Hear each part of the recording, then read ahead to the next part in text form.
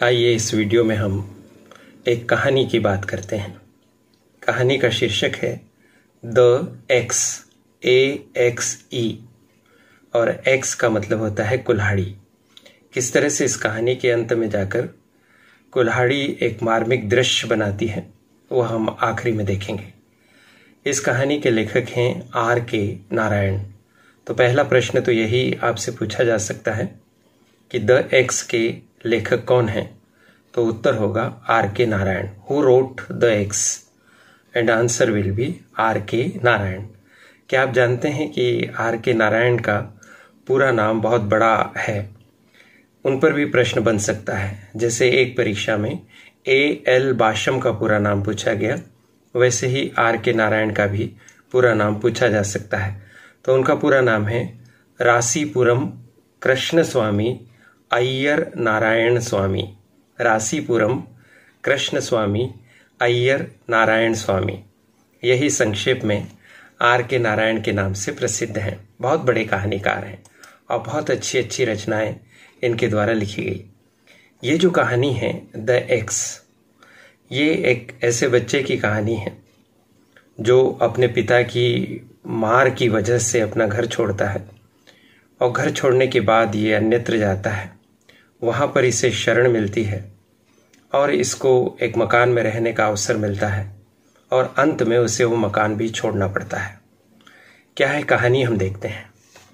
लड़के का नाम है वेलन, यानी इस कहानी का जो मेन कैरेक्टर है वो है वेलन। तो who is the hero of this story? So Velan is the hero of this story. साथ ही साथ मैं आपको प्रश्न उत्तर भी बताते चल रहा हूँ। वेलन नाम का एक बालक रहता है और यह बालक एक गांव में रहता है और गांव का नाम है कोप्पल। को आधा प पूरा प और ल, कोप्पल। तो where did Velan live? Velan कहाँ रहता था? Velan lived at Koppal. कोप्पल में वेलन रहता था और वेलन एक गरीब बालक था, यानी उसका परिवार गरीब था। आर्थिक स्थिति इनकी ठीक नहीं थी।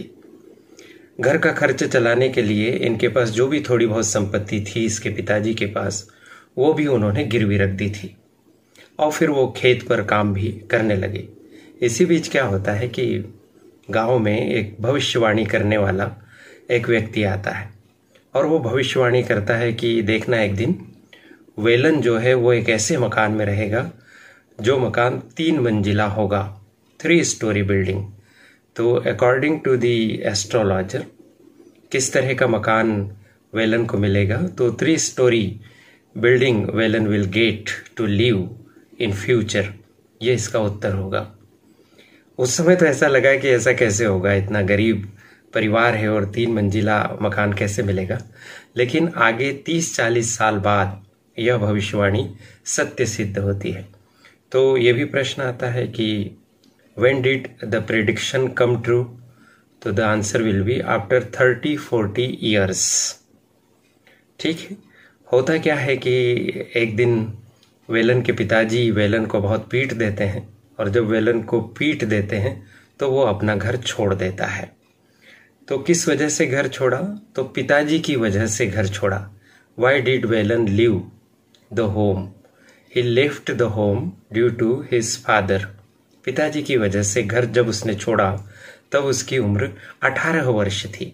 यह भी एक क्वेश्चन बनता है कि at what age Velan did leave the home? तो he left the home at the age of 18। 18 वर्ष की उम्र में उसने घर छोड़ दिया, पिताजी की वजह से घर छोड़ा। फिर वो जाता है एक जगह और जब वो वहाँ जाता है तो उसको एक बुजुर्ग व्यक्ति मिलता है, ओल्ड मैन, और वह बुजुर्ग व्यक्ति एक माली रहता है, गार्डनर।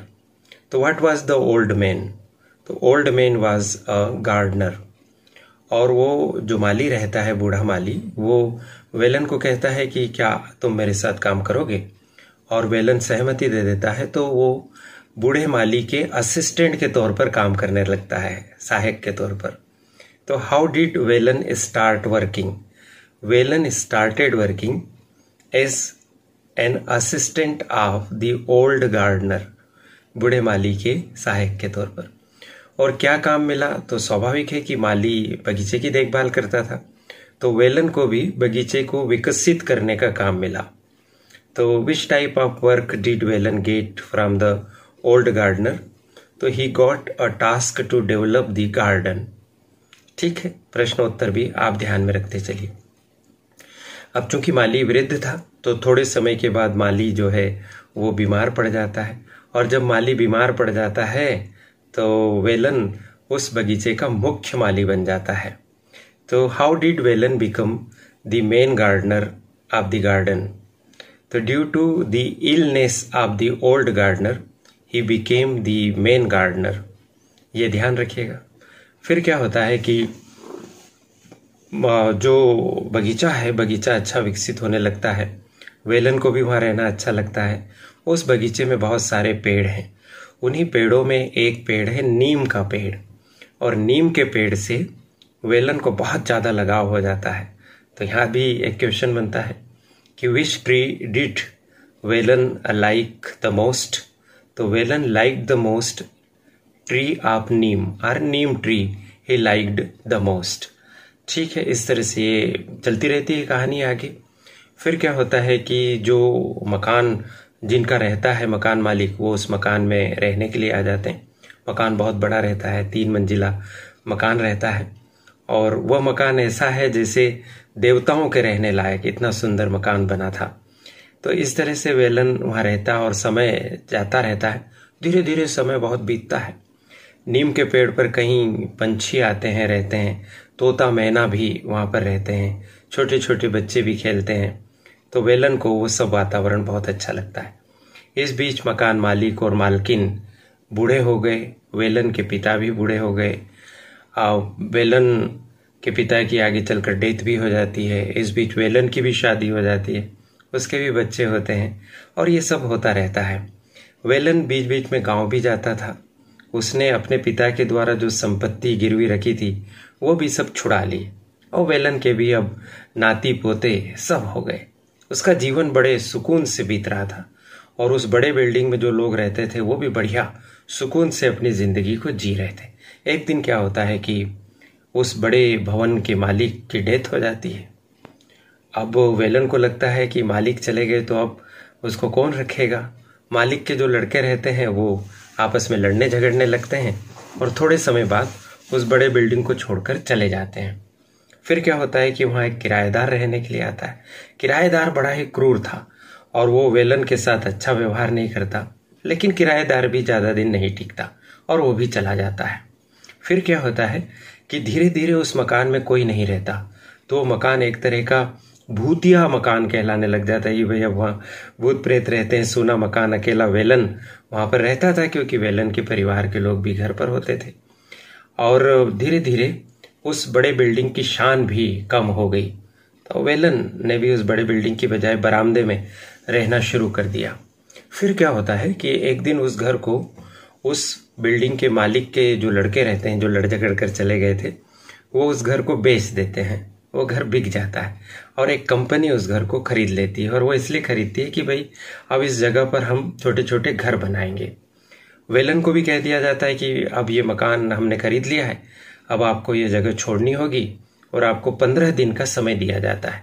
याद रखिए कि how many days did the company grant to Velan to leave the home, तो the company granted only 15 days, ये याद रखिएगा। अब क्या होता है कि मकान बनाने के लिए तैयारियां शुरू होती है, और एक दिन बहुत सारे मजदूर आते हैं, और वो मजदूर उस नीम के पेड़ को भी काटने लगते हैं। और जब वो नीम का पेड़ कटने लगता है तो वेलन की आत्मा कांप उठती है, उसकी आंखें नम हो जाती है, और वो सोचता है कि मैं इस नीम के पेड़ को कटते हुए नहीं देख सकता, और वो तुरंत निर्णय लेता है कि अब मैं यहाँ से चल दूंगा। लेकिन वो मजदूरों को कहता है कि थोड़ी देर, प्लीज़ थोड़ी देर रुक जाइए। और उसके कहने पर वो कुल्हाड़ी जो पेड़ को काटने के लिए तत्पर थी, वो कुछ देर के लिए रख दी जाती है। वेलन सदा के लिए चल जाता है। देखा आपने ये कुल्हाड़ी को किस तरह से टाइटल बनाकर अंत में R.K. नारायण जैसे निष्णात निपुण कहानीकार ने कहानी को कैसे बुना। इस कहानी पर जो प्रश्न बन सकते थे वो भी कहानी की चर्चा के दौरान आपको बता दिए गए।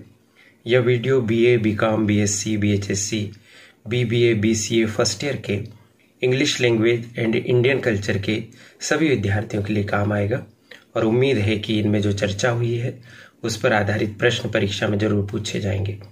मुझे यह दर्द भरी कहानी आपके साथ साझा करने का मौका देने के लिए करियर एडवाइस चैनल की संचालिका प्रीति गुलवानिया जी के प्रति बहुत बहुत आभार। आप सभी को शुभकामनाएं। नमस्कार।